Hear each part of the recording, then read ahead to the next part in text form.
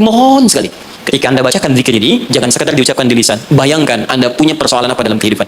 Ketika Anda bacakan, mata Anda zalim, rasakan kezaliman itu.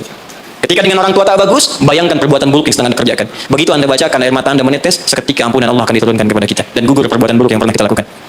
2, jadi cepat, ada dosa yang terkait dengan aktivitas pekerjaan yang sedang kita lakukan.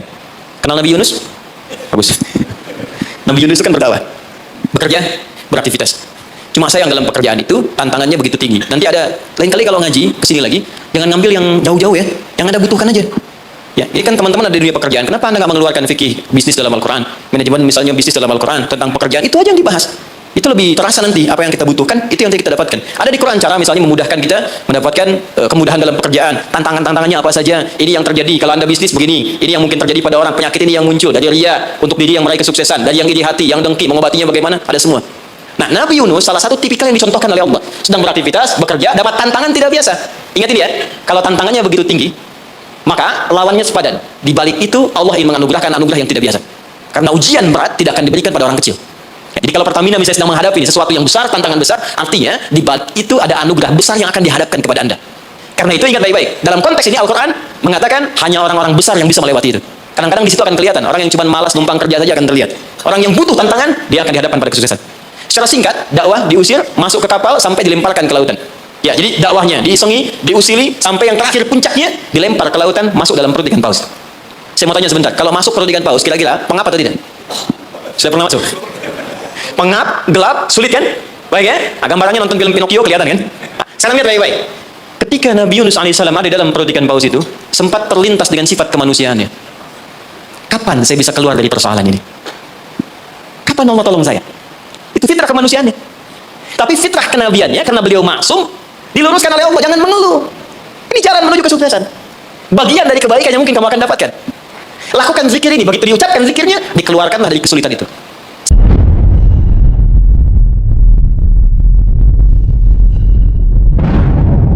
Ini tentang hidup kita, jangan-jangan sudah puluhan tahun hidup, tapi kita belum tahu apa yang kita kerjakan dalam hidup ini.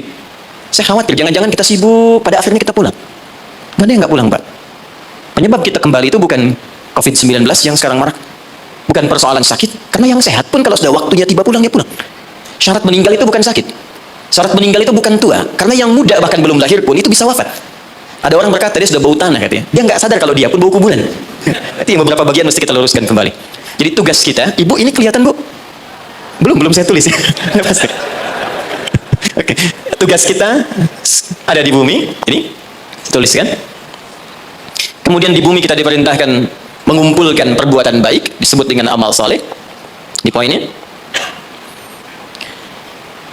amal saleh ini dibagi pada dua bagian. Ada yang sifatnya ritual untuk menunjuk hubungan kita dengan pencipta Allah Subhanahu wa taala. Disebut oleh para ulama untuk memudahkan dengan hablum minallah. Hablum itu garis tali minallah yang terhubung ke Allah. Ada amal soleh kita yang terhubung garisnya kepada Allah Subhanahu wa taala. Ini kata Allah diwajibkan kepada kita untuk mengerjakan perbuatan yang pertama ini pun feedbacknya kembali ke kita. Contoh misal, kita ambil sholat. Contoh pertama, sholat hubungan kita langsung dengan Allah Subhanahu wa taala. Saat kita mengerjakan sholat pun kata Allah, manfaatnya bukan untuk saya, kata Allah. Kembali lagi pada kita. Karena itu ketika Anda bertanya, kenapa saya mesti sholat ya Allah? Diperdengarkan 5 kali dalam sehari. Supaya kita paham betul bahwa manfaat sholat kembali pada diri kita lagi. Coba, dalam sehari bukankah kita mendengar kalimat yang disampaikan oleh seorang muadzin? Ya, apa artinya? Adzan? Adzan apa artinya? Sebetulnya bukan panggilan asal kata adzan itu, asalnya telinga. Adzan itu asalnya telinga, jamaknya udhun. Jamak dari udhun itu adzan. Kenapa adzan disebut dengan adzan? Karena ini satu-satunya lafaz di muka bumi yang pasti akan selalu terdengar oleh orang yang masih punya pendengaran di telinganya. Dan ini satu lafaz satu-satunya di bumi yang tidak pernah berhenti 24 jam. Silahkan Anda cek kalau tidak percaya. Ya, karena itu waktunya setiap tempat pasti selalu berbeda. Jakarta selesai, Bekasi adzan. Bekasi selesai, Cikarang adzan. Cikarang selesai, Karawang adzan. Sampai semua berputar. Ya, dulu saya tinggal di Tripoli, Mesir selesai adzan, Libya adzan. Selesai Libya, Tunisia adzan. Tunisia selesai, Aljazair adzan. Maroko. Sampai terus nyebrang. Ternyata 24 jam nggak pernah berhenti. Dan dahsyatnya, itu dibagi di setiap waktu beraktivitas. Bangun tidur pertama, subuh. Subuh selesai, muncul siang, zuhur. Selesai, masuk sore, asar. Selesai, pembuka ke malam, maghrib. Muncul malamnya, isya. Sampai tidur kita isya ke subuh lagi, 5 waktu dibagi, diperdengarkan kalimat itu. Ketika muncul kalimat hayya 'alas shalah, Allahu akbar, hablum minallah. Apa bentuk ibadahnya? Hayya 'alas shalah, tunaikan salat. Anda bertanya kenapa mesti salat? Kata Allah lewat suara muadzin, hayya 'alal falah. supaya engkau sukses, supaya engkau bahagia. Di falah itu bukan sekedar bahagia. Saya pernah terangkan di sini, kalau Anda buka kamus bahasa Arab Inggris, maka falah itu diterjemahkan dengan success and happiness. Jadi di sholat itu Pak, Bu, saya tekankan setiap saya kesini, saya selalu ulang-ulang kalimat ini. Di dalam sholat itu, baik gerakannya, juga bacaannya, itu terkandung ajaran-ajaran, hikmah-hikmah, dan rahasia-rahasia bimbingan menuju kesuksesan dan kebahagiaan dalam hidup. Di gerakannya bukan gerakan asal-asalan. Makanya Nabi ketat mengatakan, kata Nabi, "Shallu kama ra'aitumuni usalli." Sholatlah kalian persis seperti melihat saya sholat. Ada seorang bernama Khalid bin Rafi Az-Zuraiqi. Kisah ini ada di hadis Muslim, nomor hadis 319. Ya, riwayat sahabat Abu Hurairah radhiyallahu taala anhu. Ini ada seorang bernama Khalid bin Rafi Az-Zuraiqi di zaman Nabi. Datang ke masjid, salat di samping Nabi. Wan nabiyyu fi nahiyatin ukhra minal masjid. Jadi Nabi sedang duduk di sisi lain, dia salat kurang lebih di sinilah. Begitu selesai salat, sallama yaminan wa samala, dia salam ke kanan dan ke kiri, thumma atan nabiyya sallallahu alaihi wasallam. Lalu dia mendatangi Nabi sallallahu alaihi wasallam, fa sallama ilaihi. Dia mengatakan, "Assalamu alayka ya Rasulullah." Apa jawab Nabi? Perhatikan kalimatnya. "Wa alaikassalam wa rahmatullah, irji' salli fa innaka lam tusalli." Kata Nabi, "Wa alaikassalam wa rahmatullah, kamu salat lagi karena engkau belum salat." Padahal orang ini sudah salat dari takbir sampai selesai salam. Lalu dia mengulang salatnya sampai 3 kali. Jadi sekali selesai datang Nabi minta salat lagi. 2 kali selesai datang kata Nabi ulangi lagi. Sampai yang ketiga dia katakan, "Ya Rasulullah, ma uhsinu ghaira." Ya Rasulullah, saya nggak bisa lebih bagus dari apa yang saya kerjakan tadi. Sampai sini kemampuan saya. Alimni, tolong ajarkan saya bagaimana salat yang benar. Jadi kalau sekedar salat saja dibuka dengan takbir, ditutup dengan salam dan dianggap benar, mustahil Nabi akan seketat seperti menyampaikan tadi. Kata para ulama, kalau ada ibadah diminta ketat menunaikannya, pasti ada hikmah besar yang ada di belakang atau di balik ibadah yang dikerjakan itu. Itu diajarkan oleh Nabi bahkan dari mulai wudu, teman-teman. Kata Nabi, asbighul wudu. Kata para ulama, ini menunjukkan orang ini bukan cuma dari berdirinya yang keliru, dari wudunya pun ada yang salah. Jadi kalau orang dari wudunya sudah keliru, cepat-cepat, asal basuh, asal usap, ini pasti akan berdampak pada keliru salatnya. Tapi pertanyaannya, ada apa di balik salat itu? Yang dahsyat, bahkan dari berdiri ini saja, kalau dipelajari dengan benar, itu ada bekal manajemen kehidupan yang sangat dahsyat. Dipraktekkan Abdurrahman bin Auf, hanya hikmah berdiri begini, 3 bulan jadi orang paling kaya nomor 3 di Madinah. Dan setahun jadi orang paling kaya nomor 1 di Madinah, yang kapaknya saja bahkan terbuat dari emas. Jadi bukan main-main. Rukuknya ada hikmahnya, sujud ada maknanya, terlebih bacaannya. Karena itu ketika Allah menyebutkan perintah sholat dalam Al-Quran, ada sindiran yang halus tapi tajam. Kata Allah, akan ada orang sholat nanti bahkan tidak mengerti apa yang ia ucapkan dan ia lakukan dalam sholatnya. Jadi bagaimana kita bisa khusyuk dalam sholat kalau yang kita baca pun tak kita pahami? Nah, apa manfaat di balik itu? Ada kesuksesan di situ. Ada kebahagiaan, falah. Jadi kalau saya turunkan lebih panjang lagi, tapi singkatnya, ketika kita diminta ibadah pun kepada Allah, hasilnya dikembalikan kepada kita. Jadi kalau orang dengar suara adzan, tahu bahwa sholat itu kunci kebahagiaan, mustahil ada orang yang malas untuk menunaikan sholat. Bukankah pemilik kebahagiaan Allah? Bukankah yang punya rezeki Allah? Bukankah yang punya kedudukan Allah? Qulillahumma malikal mulki tu'til mulka man syaa' wa tanzi'ul mulka mimman. Katakan Muhammad pada hamba-hambaku. Katakan Muhammad pada semua umatmu, aku yang punya kedudukan. Aku titipkan pada siapa yang aku kehendaki. Anda menginginkan kedudukan, Anda pengen jabatan, Anda pengen harta, Anda jauh dari Allah. Ya bagaimana bisa meraihnya? Karena itu ketika Anda datang kepada Allah, Anda meminta petunjuk, ya Allah bagaimana cara aku mendapatkannya. Diberikanlah jalan lewat sholat itu. Makanya dalam sholat ada bacaan membimbing bagaimana dapat rezeki yang benar. Warzuqni. Bagaimana supaya Anda kerja nikmat tidak diganggu banyak orang, wajburni. Bagaimana supaya derajat kita diangkat, warfa'ni. Bagaimana supaya dijaga kesehatan, wa'afini. Bagaimana supaya mendapatkan kasih sayang dari teman-teman yang sekarang sedang kita bekerja. Karena boleh jadi Anda kerja, bagi Anda nikmat, bagi orang belum tentu. Karena itu nanti di fikih Quran, di manajemen bisnis dalam fikih Al-Quran, ada pernyataan begini. Ketika Anda sedang mengerjakan sesuatu yang besar, maka boleh jadi di sekeliling Anda pun mengincar hal yang sama yang sedang Anda kerjakan. Dan persaingan itu akan begitu ketat. Turunlah kemudian turunan-turunan yang ada di sekitaran itu. Siapa yang bisa menghentikan sifat iri hati di sekitaran teman-teman yang menginginkan proyek yang sama? Siapa yang bisa menghentikan hal-hal yang buruk yang mungkin menimpa ketika Anda mendapatkan tender yang sedang Anda kerjakan? Jika Anda tidak datang kepada yang punya kuasa lebih dari yang lainnya, maka bagaimana itu bisa dihentikan dalam pekerjaan Anda? Ini fungsinya salat. Satu. Yang kedua, ada yang disebut hubungan dengan manusia. Hablu minan nas. Dengan lingkungan. Asalnya luas, di sini ada manusia, ada tumbuhan, ada hewan, dan sebagainya. Dipersingkat oleh ulama, disebut dengan hablum minan nas. Jadi tugas kita selama hidup cuma 2 ini saja, teman-teman. Jaga hubungan baik dengan Allah, jaga hubungan baik dengan manusia. Kita bagus salatnya, puasanya bagus, baca Qurannya bagus, tapi buruk dengan manusia, maka kata Nabi berpotensi pula masuk neraka. Abu Hurairah di riwayat Muslim mengatakan dari Nabi SAW. Perhatikan kalimatnya, ya, fokus baik-baik. Ya'ti yaumul qiyamati bis salatin. Ada orang yang datang di hari kiamat, kata Nabi, dengan pahala salat yang banyak. Jadi salatnya rajin. Rajin sekali. Salat sunnah dikerjakan, tahajud dikerjakan, wasyamin, puasanya rajin. Cuman sayang, wa ya'ti qad syatama hadza. Dia sering kali mencaci orang lain. Senang mencela orang. Wa kadzafa hadza, gemar menuduh orang. Wa daraba hadza, senang berselisih. Wa safaka dama hadza. Dan ada di antara puncaknya dia menumpahkan darah dengan menyebut nama Allah. Ini kalau Nabi sebutkan, pasti kejadian. Pasti kejadian. Kata Nabi akan tiba nanti, di masa-masa yang akan datang, wallahu a'lam mungkin sekarang. Ada orang rajin sholat tapi senang berselisih. Rajin puasa tapi senang mencela. Bahkan ada di antara mereka menumpahkan darah menyebutkan nama Allah dalamnya. Tembak orang, Allahu Akbar. Bom sana, bom sini, Allahu Akbar. Makanya saya sering katakan, kalau ada orang Anda ikut kajian dan ternyata isinya membawa Anda pada hal-hal yang ekstrim, maka segera tinggalkan. Karena boleh jadi itu yang dimaksudkan Nabi 15 abad yang lalu. Ya. Apa yang terjadi? Kalau ada orang sholat kemudian mencela orang lain, kata Nabi itu khadhu hadza min hasanati wa hadza min hasanati. Maka diambil pahala sholatnya, diberikan pada yang dicela itu. Transfer langsung. Kayaknya nggak usah marah kalau sedang dicela, transfer pahala. Anda sedang bekerja, tiba-tiba mau sholat, dicela orang soleh, padahal nama Anda Asep misalnya. Nggak usah marah. Itu ketika pindah pahala. Dan nggak usah bikin status juga, misalnya, alhamdulillah dapat pahala, sama aja bohong. Ya. Itu pindah, Pak. Nah, korelasinya apa? Ternyata bagian dari kesuksesan manusia itu bukan hanya di dunia, terlebih di akhirat, juga membangun hubungan baik dengan sesama. Dan itu nggak dibatasi, teman-teman. Nggak ada batas akidah di situ. Hubungan baik dengan sesama, ternyata kalimatnya menggunakan kata nas. Imannya dibuang. Di Quran ada ya ayyuhalladzina amanu, ada ya ayyuhan nas. Ingat. Ya ayyuhalladzina amanu spesifik untuk orang beriman saja. Ya ayyuhan nas universal sifatnya sepanjang dia mencakup kategori manusia. Yang paling dahsyat hubungan baik dalam konteks kemanusiaan oleh Al-Qur'an tidak diikat dengan kata iman tapi sifatnya universal. Bahkan saya berikan contoh yang paling dahsyat. Anak beriman. Ibu belum. Jadi ada kasus anaknya masuk Islam, bapak ibunya belum. Dalam konteks ini pun diperintahkan langsung oleh Allah untuk tidak memutus hubungan baik dengan ibunya. Quran surah 31 ayat ke-15. Wa in jahadaka ala an tusyrika bima laysa laka bihi ilmun fala tuti'huma. Kata Allah, kalau nanti kamu menjalani kehidupan sedang ibadah, ibumu, ayahmu memaksa engkau untuk balik kepada kepercayaan semula, silakan tolak dengan cara yang lembut. Wasahibhuma fid dunya ma'rufa. Tapi jangan sampai perbedaan keyakinan menjadikan hubungan kebaikanmu dengan orang tua terputus. Kata Quran, kalau kamu mau marah pada ibumu, ingat dulu dia melahirkan kau.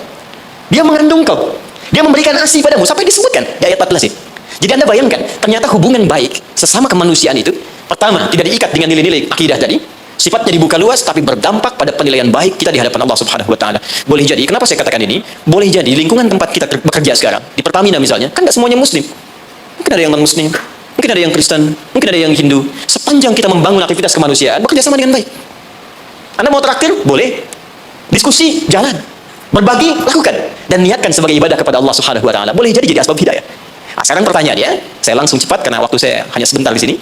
Dari sekian yang kita kerjakan dalam kehidupan sampai usia sekarang ada yang 40 tahun, 50 tahun, lebih daripada itu. Pertanyaan saya, berapa amal soleh yang kita kumpulkan dari dua tugas yang Allah berikan pada kita sampai dengan saat ini? Jangan-jangan Anda sholatnya bagus sekarang, tapi dengan istri masih punya masalah di rumah. Ibu dengan orang tua masih punya masalah. Dengan tetangga ada yang belum baik. Ada kata-kata keburukan yang belum diedit. Ada kalimat-kalimat kotor yang belum ditarik kembali. Dan Anda yakin akan wafat. Dan kita berlomba dengan batas waktu yang disebut dengan ajal namanya. Quran surah 7 ayat 31. Walikulli ummatin ajal. Setiap umat yang pernah tinggal di bumi diberikan batas waktu sampai dia kembali kepada Allah, disebut dengan ajal. Bukan maut, tapi ajal. Ajal, ingat, batas usia kita disebut dengan ajal. Fa idza jaa ajaluhum, kalau tiba ajalnya, la yastakhiruna sa'atan wa la yastaqdimun. Tidak akan bisa dimajukan, tak pula bisa dimundurkan. Jadi enggak usah tergerak untuk bunuh diri, kurang kerjaan. Kalau sudah tiba waktunya, dia pulang juga.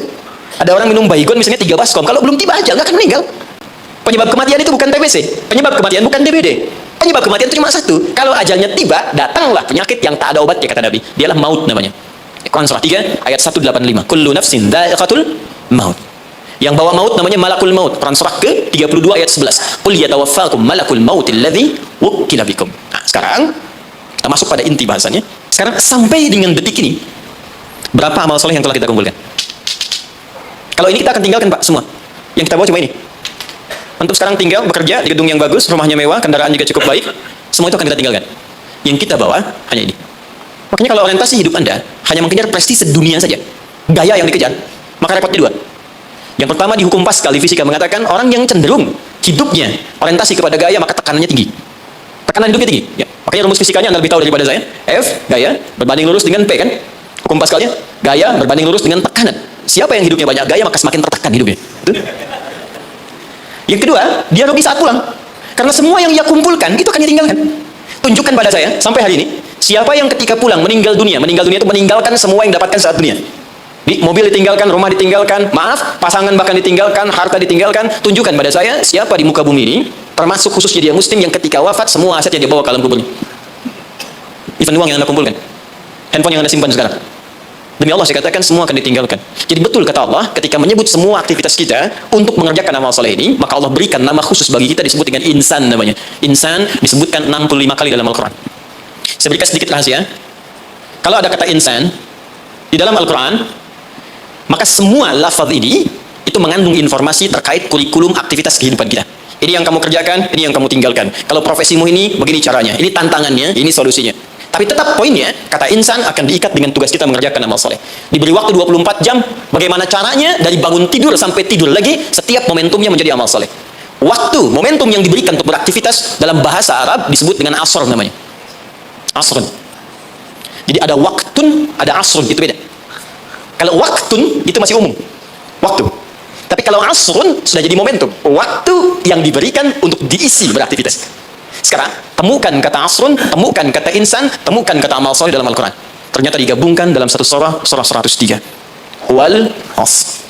Demi waktu yang aku berikan pada setiap manusia untuk diisi dan beraktivitas di dalamnya. Sekarang perhatikan. Innal insan. Sungguh, perhatikan cara menerjemahkannya. Setiap manusia yang beraktivitas untuk mengisi waktu ini lafi khusr, berpotensi ada yang mengalami kerugian. Kata Allah, aku berikan modal 24 jam, Anda diberikan modal 24 juta dolar untuk beraktivitas, cari minyak, cari ini. Tapi ketika Anda diberikan modalnya nggak balik, ada yang balik cuma 1 juta, ada yang balik 2 juta, ada yang rugi sama sekali, ada yang harus bayar denda, ada yang macam-macam. Nah, sekarang Allah kasih modal kita 24 jam, gunakan beraktivitas, kata Allah insan. Cuma sayang, aku berikan 24 jam, ada yang rugi. Kecuali orang-orang yang keluar dari kerugian itu, dialah orang yang aktivitasnya mengikuti hal yang telah aku tunjukkan ini. Illal ladzina amanu, kecuali semua orang yang, alladzina disebutkan 1080 kali dalam Al-Quran, mencakup laki-laki, perempuan, tua, muda, kecil, besar, tanpa batas. Artinya kata Allah, semua manusia tanpa kecuali akan keluar dari frame kerugian ini jika dia mengerjakan hal berikut. Illal ladzina amanu wa amilus shalihat. Jika yang ia kerjakan selama hidupnya menjadi baik di hadapan Allah. Makannya saleh, kerjanya saleh, jalannya saleh, tidurnya saleh 24 jam. Ya. Nah, sekarang kita evaluasi dulu sebentar, mohon izin, tahan baik-baik. Saya pernah terangkan pada Anda, karena kita perlu mengumpulkan amal saleh, makanya dari ujung kepala sampai ujung kaki semua lengkap petunjuk di Al-Quran. Apa yang harus dikerjakan oleh mata, telinga, lisan sampai ke ujung kaki. Sekarang kita ambil usia rata-rata kita saat ini. Kita ukur dulu sebentar sebelum kita kenal apa yang menjadi keutamaan bulan Rajab. Ukur sebentar. Saya tanya, rata-rata usia berapa nih? 40 boleh ya, ke atas. Kita ambil tengahnya, 40. Ya.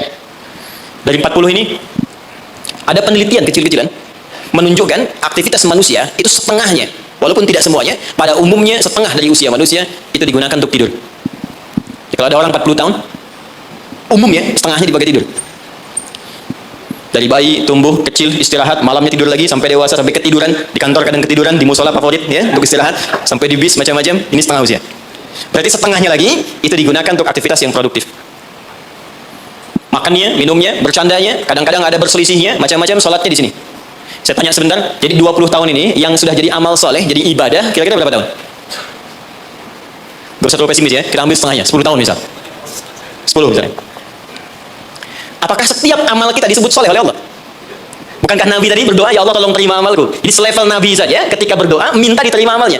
Nabi Ibrahim, Nabi Ismail tadi di awal, bangun meninggikan bangunan Ka'bah, minta diterima oleh Allah. Ya, Al-Baqarah ayat ke 127. Minta diterima oleh Allah. Ya taqabbal minna innaka antas samiul alim. Ya Allah tolong terima. Apalagi kita yang bukan Nabi, bukan Rasul. Ketika Allah akan terima amalan kita, maka syaratnya kata Allah, ikhlas, kerjakan amalnya. Quran surah 98 ayat yang kelima. Ibadah yang dikerjakan, amal soleh yang dilakukan dengan ikhlas, baru itu yang kemudian diterima. Pertanyaannya, dari 10 tahun yang jadi ibadah ini, yang ikhlas berapa tahun? Ambil setengahnya misal, berapa? 5. Jadi usia 40 tahun, amalan produktif yang mungkin kemungkinan besar diterima oleh Allah, dapat nilai 5 tahun. Dosanya berapa tahun? Prasangka buruk di pikiran, mata yang salah lihat, telinga yang salah dengar, kaki salah melangkah. Hari ini aja, berapa dosa mata yang dikumpulkan? Siapa yang tidak punya dosa boleh angkat tangan?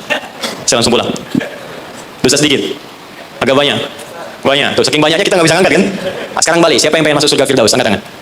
Luar biasa. Kan? Terjadi keanehan kan? Dosa, Allahu Akbar. Amalan dikit, cita-cita banyak dia. Hukum ekonomi dipakai, modal sedikit-sedikitnya keuntungan paling banyak dia. Nah, sekarang kita inginkan tingkat surga yang paling tinggi, surga Firdaus bersama Rasulullah. Tapi tahu kemampuannya cuma sedikit. Betul, ini lebih daripada Arab di zaman Nabi. Ada orang Arab di hadis Muslim, hadis yang ke-14, jilid yang pertama. Jadi ada orang Arab Badui datang pada Nabi begini. Dia ngerti tentang keadaan dirinya. Ya Rasulullah, alimni amalan basitan yudkhilul jannah. Ya Rasulullah, ajarkan padaku amalan ringan-ringan aja. Yang penting bisa masuk surga. Yang penting ke surga kan ini. Ya. Ini cerdas nih ya, modal dikit keuntungan pengen banyak kan. Dia pokoknya surga aja, dia tahu surga yang kelas biasa pun pasti luar biasa. Ya nggak apa-apa nggak masuk Firdaus, surga Aden nggak apa-apa. Yang penting masuk surga, ajarkan padaku dikit-dikit aja. Maka apa kata Nabi? Cukupkan kerjakan yang wajib saja. naktafi bil faraid. Jadi fardu aja, nggak perlu sholat sunnah. Ramadan, tunggu puasa Ramadan aja, nggak perlu puasa sunnah. Tapi kamu jangan maksiat. Kalau pengen nambah, kerjakan kata Nabi, anta tawwa, kecuali yang sunnah kamu pengen tambah. Kerjakan yang fardu, jangan maksiat, boleh nggak kerjakan sunnah pun masuk surga kamu. Fantalaqo, pergi orang itu lantas mengatakan kepada Nabi, ya Rasulullah, aku komitmen kerjakan yang wajib, aku nggak akan kerjakan yang sunnah, dan aku jaga diri untuk tidak berbuat maksiat. Pergi orang itu, fantalaqo, hadis sahih. Ketika dia pergi, komentar Nabi, aflaha in sadaqa aw dakhala al-jannah. Kalau benar dengan komitmennya, masuk surga dia. Cuman yang perlu kita catat, dia tinggalnya di padang pasir. Di padang pasir mau maksiat apa? Kelihatan unta, itu pun jarang-jarang. Kadal gurun, yang dilihat cuma pasir. Unta nggak pakai baju ya memang begitu, ya. Kadal seksi ya memang nggak pakai pakaian, dan nggak dosa. Sekarang kita tinggal di kota, tinggal di Jakarta, videoton kelihatan tiap hari, maksiat nampak depan mata, kedengaran di telinga, langkah pun kita nggak teratur, terus pengen berlaku hal yang sama. Terus kita bandingkan lagi, dia mengukur diri, keadaan saya begini, yang penting dapat surga. Anda tahu dosa banyak, pengennya Firdaus. Atas bagaimana kita meraihnya? Tapi rahmat Allah mengalahkan kadar logika manusia, yang kadang-kadang ingin semua dijangkau rasional dalam hidupnya. Perhatikan rahmat Allah diturunkan. Diturunkanlah waktu-waktu yang istimewa, tempat-tempat yang istimewa, ada waktu, ada tempat, ada momentum yang istimewa yang diturunkan oleh Allah untuk mewujudkan harapan yang kita inginkan itu. Dengan turunnya waktu itu bisa menutup di antara keutamaannya dosa-dosa yang pernah dikumpulkan dalam masa kita hidup sampai di momentum yang kita rasakan. Jadi kalau kita kumpulkan dosanya cukup banyak, kita kerjakan amalan di waktu yang spesial itu, maka seketika dosa bisa digugurkan oleh Allah Subhanahu wa taala. Ada sifatnya waktu, ada tempat, ada peristiwa atau momentum. Di antara waktu yang mulia itu, yang saat Anda kerjakan amalannya, bisa menggugurkan dosa, bahkan bisa merubah perilaku kita jadi lebih baik, adalah bulan Rajab. Saya ulangi, adalah bulan Rajab. Saking pentingnya bulan Rajab ini, Allah sampai menurunkan satu ayat untuk menyandingkan keutamaannya dengan bulan-bulan haram yang lain, serta Nabi sampai meminta kita untuk meningkatkan ibadah, dan bukan sekedar meminta, tapi Nabi sendiri meningkatkan ibadah di bulan ini sebagai pembuka kebaikan di bulan-bulan yang lainnya. Apa di antara keutamaannya? Ini yang coba saya urutkan dalam sisa waktu 10 menit ke depan. Dan apa yang bisa kita raih ketika kita mengerjakan itu? Satu, Rajab adalah pembuka semua bulan kebaikan. Saya tanya sebentar, di antara sekian bulan, 1 tahun 12 bulan itu, ada bulan yang paling baik namanya bulan apa? Ramadan. Situ ada puasa. Setelah itu ada apa? Yang kita dapat Idul Fitri di situ? Syawal, bahkan ada puasa. Apa lagi? Dzulhijjah, ya, ada Idul Adha di situ, Dzulhijjah. Kalau kita lihat hadisnya, bulan ke-11 pun Dzulqa'dah, bulan bagus, disebut bulan haram, Dzulqa'dah. Sebelum Ramadan, itu bulan yang sangat digemari oleh Nabi, sampai Nabi banyak puasa di bulan itu, yaitu Sya'ban. 1, 2, 3, 4, 5. Ada dari 12 bulan, ada 5 bulan yang sangat istimewa, sifatnya berurutan. Sya'ban 8, 9 Ramadan, 10 Syawal, Dzulqa'dah yang ke-11, Dzulhijjah yang ke-12. Pembukanya, pintunya, Rajab. Nggak mungkin bisa ke Sya'ban kecuali masuk Rajab dulu. Nggak mungkin dapat Ramadan kecuali Rajab dulu. Karena itulah Nabi bahkan pernah mengatakan dalam beberapa kesempatan, diteruskan sampai kepada kita, hati-hati, amalan-amalan ini, bahkan ada ulama yang mengatakan, kalaupun kita nggak dapat Ramadan, minimal Rajab dapat. Karena itu pintunya. Dan kita nggak tahu, tadi saya mau ke sini Pak, di jalan itu, saya dengar informasi, ada orang yang sudah pesan tiket dan paket lengkap untuk umrah di bulan Ramadan. Ya, jadi jauh-jauh hari pesan, karena tahu akan padat situasinya. Dan tahu apa yang terjadi? Ternyata harap-harap ingin ke Ramadan, masuk bulan Rajab, wafat semua orang itu. Semuanya. Ini sangat menarik ini. Baru tadi saya di jalan, ya dapat informasi, ada seorang syekh dari Timur Tengah dia ceramah, ada sekelompok orang berharap-harap dapat kemudian berangkat di Ramadan, tiba-tiba wafat dia di bulan Rajab. Sampai ulama ini mengatakan kalau tak dapat Ramadannya karena kita nggak tahu kapan pulang, minimal Rajab ya. Maka apa yang kita lakukan di bulan Rajab ini seperti Nabi pernah contohkan kepada kita. Maka mulai dengan kalimat yang pertama, turun Quran surah 9 ayat ke-36. Saking pentingnya bulan ini, ada ulama mengatakan karena bulannya penting dan istimewa, maka setiap muslim mesti mengetahui keistimewaannya. Saya khawatir begitu bulan ini berhenti, kita kehilangan keistimewaannya. Maka keutamaan yang pertama ada di Quran surah ke-9 ayat ke-36. Saya agak cepat. Inna iddatash syuhuri 'indallahi 12 syahran fi kitabillah. Kata Allah jumlah bilangan bulan setahun ada 12. Yauma khalaqas samawati wal ard. Sejak diciptakan langit dan bumi aku telah tetapkan setahun 12 bulan. Minha arba'atun hurum. Dari 12 itu ada 4 yang spesial. Disebut bulan hurum. Ingat teman-teman, ada haram, ada muharram, ada al-muharram, ada muhrim, ada mahram, ada hurum. Itu beda. Haram, hukum. Larangan mengerjakan sesuatu. Apa hukumnya mabuk? Haram. Ya, apa hukumnya mencuri? Haram. Hukumnya korupsi? Haram. Karena itu orang beriman gak mungkin korupsi. Awas, hati-hati. Awas, pegawai Pertamina yang beriman gak mungkin mencuri. Gak mungkin nyogok. Gak mungkin korupsi. Hati-hati, haram. Perbuatannya disebut muharram. Mabuk itu muharram. Hukumnya haram. Jelas? Kalau kita ingin meninggalkan yang dilarang itu, yang haram-haram, tambahkan hamzah di depannya, harakatnya menggunakan ahrama. Sifatnya disebut ihram. Karena itu kalau Anda sudah mengenakan kain ihram, ada ajaran hikmah di situ, falsafahnya. Kalau sudah pakai kain ihram, maka tinggalkan semua larangan-larangan. Nggak boleh potong kuku, nggak boleh merusak tanaman, nggak boleh tepuk nyamuk seharga kambing. Anda tepuk, bayar damnya seharga kambing. Ihram. Itu latihan. Maksudnya pulang umroh, pulang haji, sudah terbiasa meninggalkan yang haram. Jangan pulang umroh, korupsinya lebih gede misalnya. Jangan pulang umroh, dosanya lebih banyak. Ya, seperti masuk pom bensin, masuk Pertamina, dimulai dari 0 ya. Nah, 0, kosong lagi. Hilangkan. 1, 2, 3, kosong. Pelakunya disebut muhrim. Kalau dia punya kakak, punya adik yang tidak diperkenankan menikah di antara keduanya, maka disebut mahram namanya. Kalau Anda kumpulkan semua itu, latihan meninggalkan yang haram, terbiasa mengerjakan yang halal, menjauhi yang dilarang, maka disatukan menjadi jamaah, bentuknya disebut hurum namanya. Ada 4 bulan disebut bulan hurum, 3 berurutan kata Nabi, 1 terpisah. Yang 3 itu Dzulqa'dah 11, Dzulhijjah 12, Al-Muharram bulan pertama, yang keempat namanya Rajab. Dan kita sekarang ada di bulan ini. Siapa yang masih ingat sekarang tanggal berapa? Sekarang tanggal 17 Rajab 1441 Hijrah. Kita sekarang ada di bulan spesial ini. Amalan pertama, apa yang harus kita kerjakan di bulan ini? Teruskan ayatnya. Dzalika ad-dinul qayyim fala tadhlimu fihinna anfusakum. Orang yang agamanya benar, yang Islamnya baik kata Allah, maka dia akan memanfaatkan Rajab dengan mengerjakan amalan yang pertama. Apa itu? Fala tadhlimu fihinna anfusakum. Mulai banyak evaluasi diri supaya tidak berbuat zalim, minimal berlatih di bulan ini. Amalan pertama, introspeksi diri. Maaf Pak Ibu, saya tidak bermaksud mengajari, hanya menerangkan apa yang dimaksud oleh Al-Quran. Zalim, fala tazlimu, jangan zalim. Zalim itu menempatkan sesuatu bukan pada tempatnya. Ada gelas, ada gayung. Gelas untuk nampung air minum, gayung nampung air mandi. Anda minum pakai gayung, mandi pakai gelas. Zalim namanya. Nah sekarang, anfus jamak dari nafas tubuh kita. Ya ini anfus itu jamak dari nafas nih kita, dari ujung kepala sampai ujung kaki. Setiap tubuh ini sudah diterangkan oleh Allah fungsinya. Misal, mata fungsinya melihat yang baik. Quran surah ke-24 ayat 30. 31 untuk perempuan.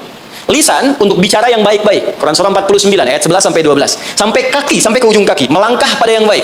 Quran surah misal ke-25 ayat 69. Ya, baik, semuanya sudah diatur dari ujung kepala sampai ujung kaki. Kalau Anda gunakan setiap anggota tubuh di luar hal yang Allah telah tetapkan, berarti zalim sifatnya.